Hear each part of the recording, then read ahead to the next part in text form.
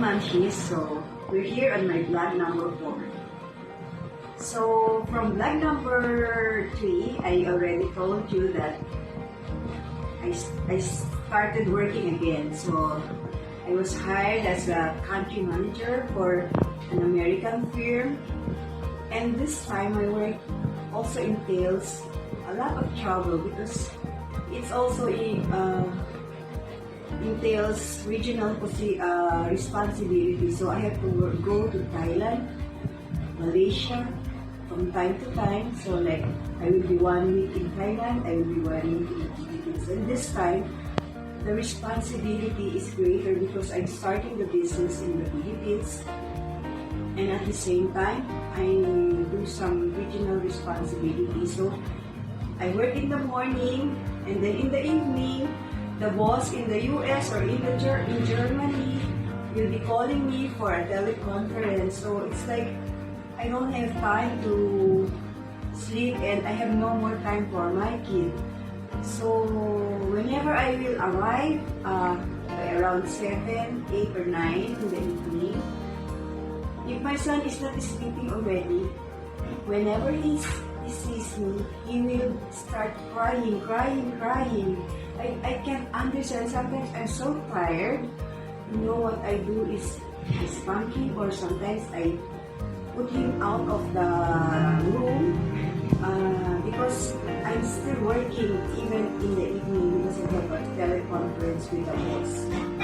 So it was really hard. I have a hard time balancing my life as a mom, as an executive, and I have no time for myself. My health suffered. Mom, since I have a seizure disorder because I used to have a tumor in my brain, and I felt that it started again because of the stress that I'm undergoing. And for several times, like I was in the plane one time, I woke up and there was already ambulance waiting for me because I had a seizure disorder in the airplane.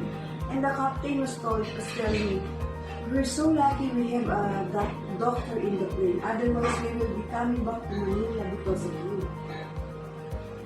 So this is not the first and the last time. The next time,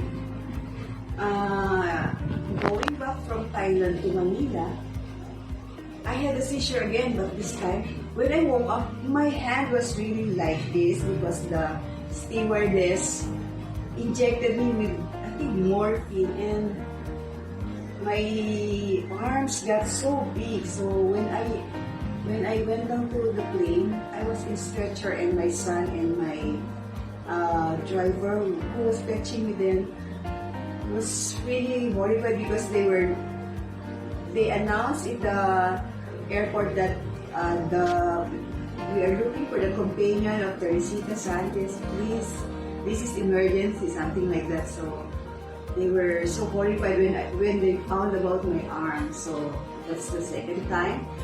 And then the third time was when I was advised by our company that I will be assigned to US. So they were preparing, they have prepared everything, even my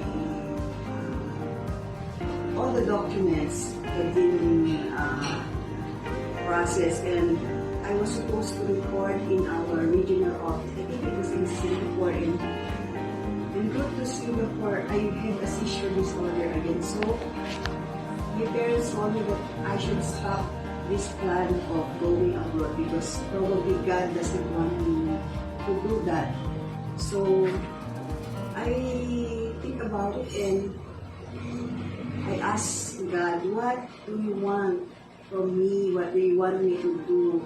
Because I cannot stop working. So I decided I will just stay here in the Philippines and concentrate on the local business. So I did that, but I used to have a German boss, but my German boss went back to Germany, and Filipino boss replaced him. Actually, he's not my boss because I'm supposed to be reporting in the regional office, but he's trying to get some jurisdiction to me. So we have a fight most of the time. So that's when I decided I think I should just think of entrepreneurial endeavor. So I started this trucking business. It was also by accident only because during that time, San Miguel Plastic Plant was my customer and they were looking for a trucking company that will hold the sugar which they use for Coke, because during that time Coke was under San Miguel, and I think the truckers that is holding the sugar were they boycotted. I don't know for whatever reason, but so they asked me to look for trucking that will hold the sugar, and I was lucky I was able to find trucking companies in Bulacan. So that's how I started with the trucking. So on my next vlog, I will tell you how did it start and how did I get into this entrepreneurial endeavor.